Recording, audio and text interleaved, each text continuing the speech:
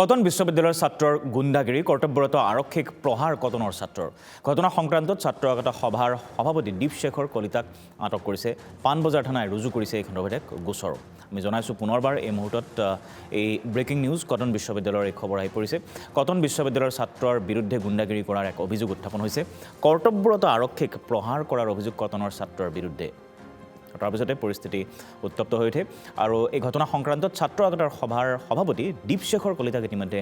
আটক কৰা হৈছে পাণবজাৰ থানায় ৰুজু কৰিছে এই সন্দৰ্ভত এক গোচৰ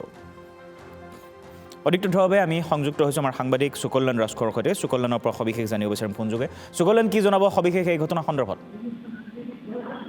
সব জগদীশ কটন বিশ্ববিদ্যালয়ৰ ছাত্ৰই পুনৰ কালিমা সানিছে কটন বিশ্ববিদ্যালয়ৰ কাৰণ যিজন সভাপতি সেই সভাপতিজন এজন নিৰ্বাচিত হোৱা এজন ছাত্ৰ একতা সভাৰ সভাপতি আৰু সেই সভাপতিজনে মাৰপিট কৰাৰ অভিযোগ উত্থাপন হৈছে আৰু এজন কৰ্তব্যৰত আৰক্ষীক ২৭ তাৰিখে নিশা প্ৰহাৰ কৰিছে সেই সভাপতিজনৰ লগত আছিল আন তিনিজন ইতিমধ্যেই এই গোটেই ঘটনাটোক লৈ এটা গোচৰ ৰুজু হৈছে পাণবজাৰ থানাত আৰু পাণবজাৰ থানাই ইতিমধ্যেই যিগৰাকী কটন বিশ্ববিদ্যালয়ৰ সভাপতি ছাত্ৰ একতা সভাৰ দীপশেখৰ কলিতাক ইতিমধ্যেই আটক কৰিছে আটক কৰি গোটেই ঘটনাটোৰ তদন্ত অব্যাহত ৰাখিছে কাৰণ নিশা যি পেট্ৰলিঙৰ ডিউটিত থাকে আৰক্ষী সেই আৰক্ষীৰ এখন বাহনত সেই আৰক্ষীজন আহিছিল আৰু তেতিয়াই ইয়াত টহল দি থাকোঁতে সেই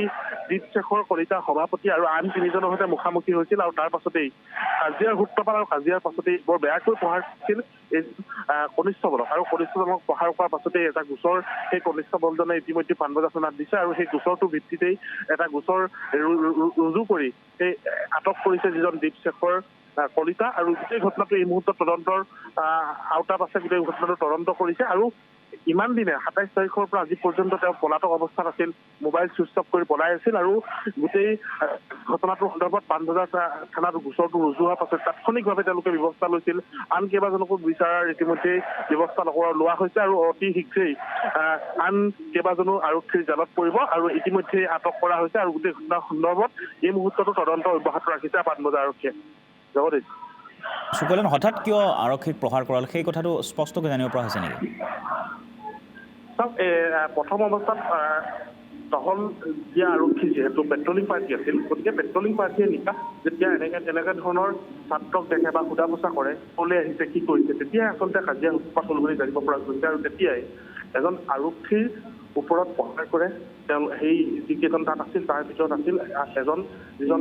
কটন বিশ্ববিদ্যালয়ৰ ছাত্ৰ একতা সভাৰ সভাপতি দীপশেখৰ কলিতা আৰু দীপশেখৰ কলিতাক আজি বিয়লি ভাগত আটক কৰিছে আৰু আটক কৰি পাণবজাৰ থানাত ৰখা হৈছে বুলি জানিব পৰা গৈছে হয়